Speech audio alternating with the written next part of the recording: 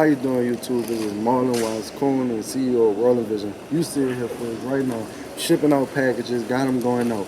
Hey, we about to give y'all gems in this next video. We're going to be talking about how we created our e-commerce platform, how we continue to create a successful e-commerce platform, and we give you a lot of exclusive tips in this video. You don't want to miss it.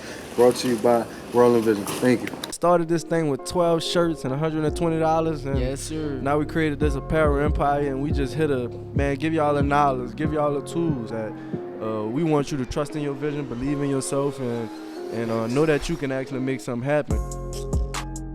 How y'all doing? How y'all doing out there, man? It's Marlon Watts, the CEO and co-owner of WRLDINVSN, and we back with another one, baby. Podcast number 13. 13. Won't stop, can't stop. Giving knowledge, giving gems, dropping jewels. And all we come here to do is just inspire you to trust in your vision, allow you to know that you can do this yourself. We appreciate all our subscribers, all our people supporting us. Make sure you subscribe and also like this video. Make sure you subscribe and like this video. And if you got anything else you want us to talk about, just comment that down below. Yep. And we're going to get to it. Let's get it.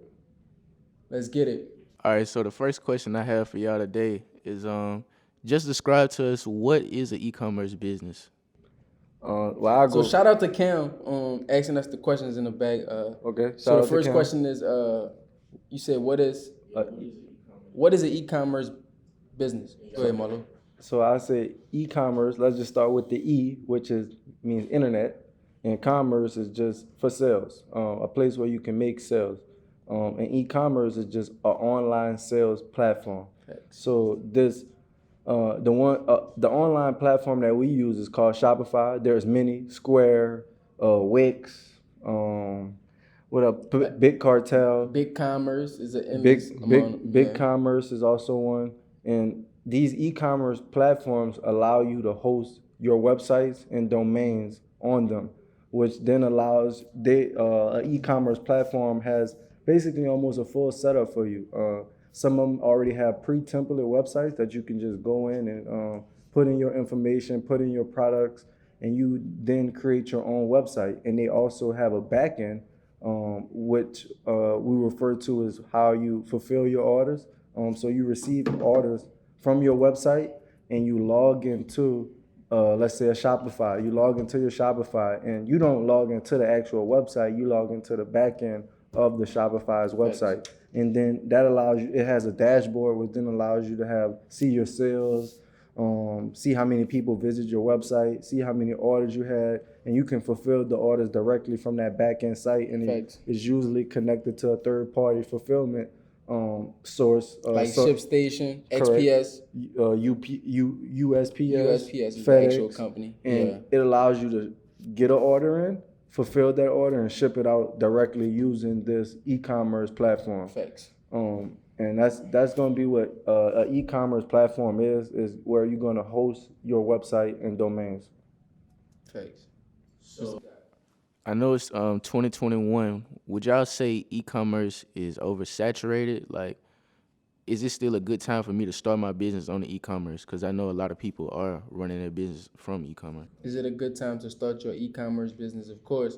I feel like COVID is what opened it up to have a lot more businesses come around. I feel like it's literally just getting started. I know the internet been around for a while now, but not that long. But online business, it been there also. But a lot of people just rather just get the product in store. I mean, before COVID happened, but now it's like people was forced to do it, and I feel like now people, actually like it more. They like it. They like when they order from Amazon and they come in 2 days. Yep. Right in front of their door. They don't have to go nowhere. And then they also able to get exactly what they want. I mean, sometimes when you go in store, you can't really find what you want. So I feel like going online, you could just point yourself to exactly what you want. You're able to just get that right then and there. So I feel like, if you're thinking about starting an online business, just do it. Like, this is the perfect time to do it, because it's only going to get more competitive as just the years go on. Yep. And for me, I don't think it's oversaturated. I don't think it ever will be oversaturated because it's personal. It's the internet. So let's just say, you can. So I meet you, Cam, and we just, in the last question, we just talked about an e-commerce platform. So if I meet you, I feel like in the future, everybody will become a brand. So you will have an e-commerce set up for yourself, whether that's a service, whether that's a product, whether that's a book, whether it's whatever. You will be set up in the future to receive something. Online. So online, and let me tell you why. Because if I meet you today, and let's just say you have things that you can't offer. Let's just say you own the a oil mechanic shop, and I can't support you. I love you, like, you know what I mean. Like, you one of my best friends, but I live in California, so I can't never get my oil changed by you. But what's stopping you from selling your own brand of oil, from having your own brand of T-shirts of your company, for you selling how you started your oil business? That's something that if I meet you today, I could purchase it and you could benefit from it. And I think that's what's gonna change the world, and why e-commerce and the internet isn't going anywhere. It's gonna allow everybody to be able to receive right then and there. Basically, it opened up a whole new gateway for opportunity. So like, it's literally an endless amount of people you could get to now by having an online business. So it's like, if you're not doing it right now, it's literally only gonna get tougher as it go. Cause just like what he said, is just like, now that the internet is around, there's no reason why you couldn't support me all the way from Australia or wherever you at. Yep. So why not take advantage of just The worldwide market. what's going on right now? Like, there's a worldwide market. It's a worldwide market. That's facts, bro. That's facts. It's opportunity. So for me, starting off any business, how big should my first investment be? As big as it could be for you, because we was just talking about this. Like, bro, I was like, man, I really got to start practicing what I preach, because I've told Marlon a long time ago, we can't be playing to not lose. We got to play to win, period. Like, we not even worrying about the losses. We just playing to win. And when you playing to win, you gonna win. Yep. You get what I'm saying? So, like, by that being said, I got to take that and I got to apply that to, like, real life situations. So let's just say obviously everybody don't have $10,000 that they could just invest in the business. But let's just say I do have, a good little savings of $5,000. And I really strongly believe, in my company, I might have got, let's just say clothing brand specifically. I might have got me one, 2 shirts printed. For me, I'm about going big if I really believe in what I got going on. So let me just take a practical number. 5,000. If I can at least invest 2,500 of that. Like, if I got a job and my money flowing, cash flowing, I'm able to pay my bills, I can at least take 2,500 of my savings and invest in something that I want to do. I can invest in my dream and my vision. Like, if you can't really do that, then you don't really believe in it. And it's like, I'd rather just play big instead of just playing small for small wins, when I could just go ahead and just play big and win big. So it's like, obviously, some people don't have like the knowledge and stuff like that, but I would suggest go and get the knowledge before you even have the money. So if you had $2,500 right now, you should already know what you're gonna do with it. Yep. Don't wait till you got $2,500, then figure out what to do with it. Yep. So right now you should let's just say I don't have the money. I should be soaking up all this knowledge that, people is pouring out. Like, we pouring out basically for free. You see what I'm saying? So I would be soaking that in like a sponge, and I would be saving my money, because obviously the other problem is I just don't have the money. So we just gonna get to all these solutions. And let me get the knowledge and let me get the money. You get what I'm saying? So once I got the money, I should already know what I'm gonna do with it. Yep. And me as a person, I'm like, now that is like, we only got here, bro, by going big. So I'm not gonna be able to get nowhere else I want to get by playing small. So I'm gonna win. I'm gonna play to win, period. I'm not gonna play to lose small. Like, I'm not gonna play to try not to lose. Yep. I'll try to, because it's the same time, I would say, the same time that you're gonna spend diversifying yourself within so many different things.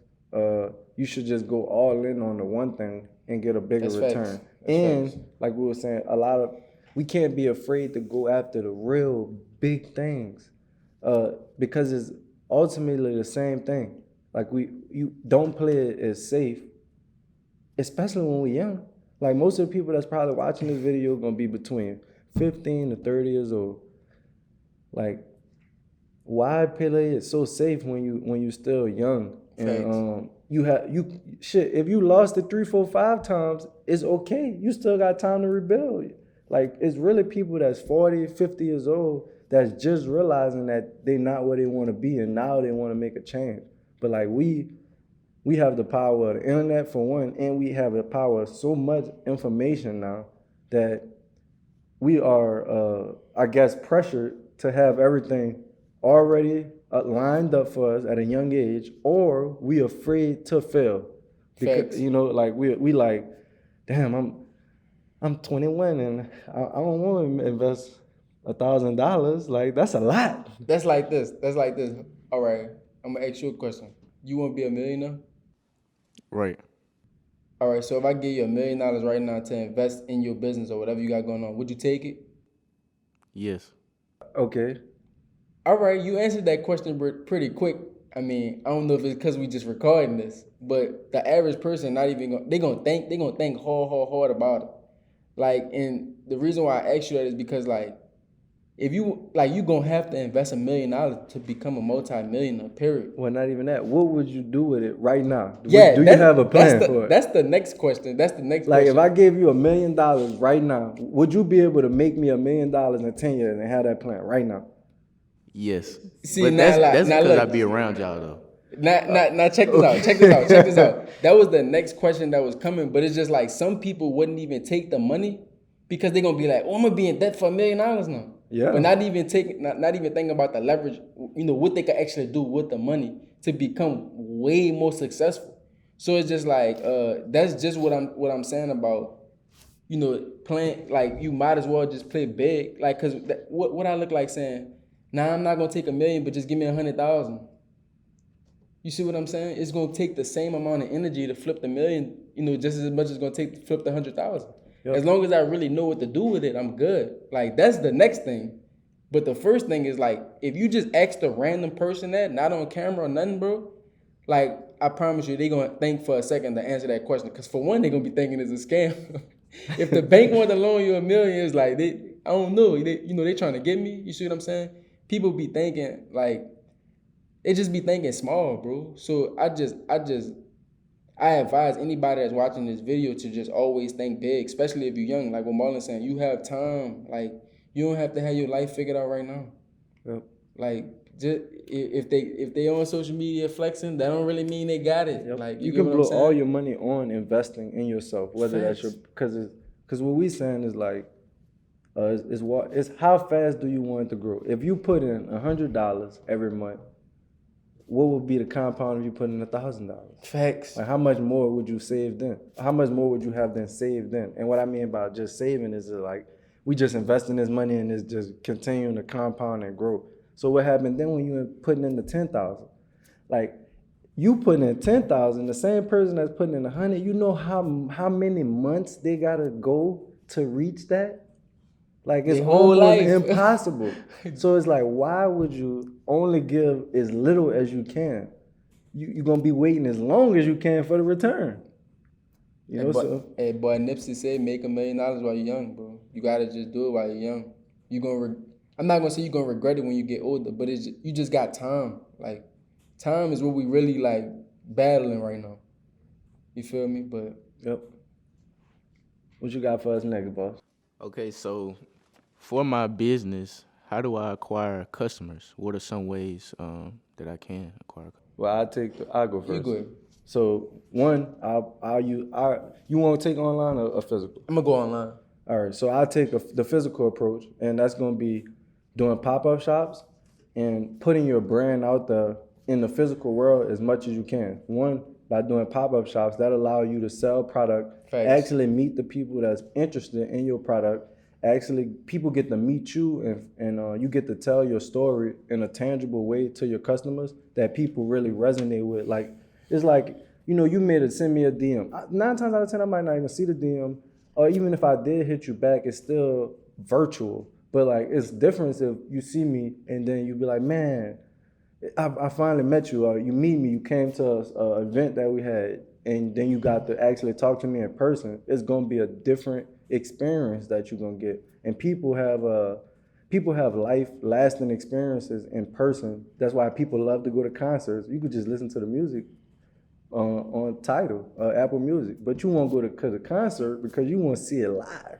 Like you want to see the energy that the artist is going to give off. You want to be a part of what the artist is actually putting on, and that's the same thing as a pop-up shop. And then I also say we used the tactic where we put out stickers everywhere. Like we bought a shitload of stickers and just put the logo everywhere. And now if you do it in a small group, you put stickers around your whole city, everybody walking around like, what is this? What is this? Just giving them out, wristbands, giving it out. We gave out a lot of things, and things that I'm not saying you got to go and give out a T-shirt that's going to cost you, from $5 to $10, but you can go and find different products that cost 5 to 10 cents, and you give it out to people. And people like free things. You give somebody a sticker, they put it on their laptop, they put it on their phone, and now you are continuing to build awareness around your brand. It's become familiar to people, and that's the thing about getting your brand out there and acquiring new customers in the physical world.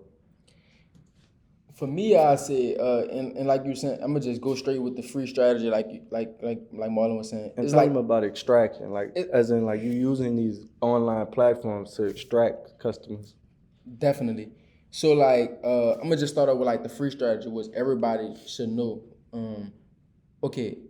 I feel like the dude, he was like a big Instagram, like Supreme Patty. He had a free store, basically, but all you really gotta do is, let's just say if I got a shirt, and I want to get customers to my clothing brand. When you say a free store, like he had items for free? He had items for free. I'm getting to that. So check this out.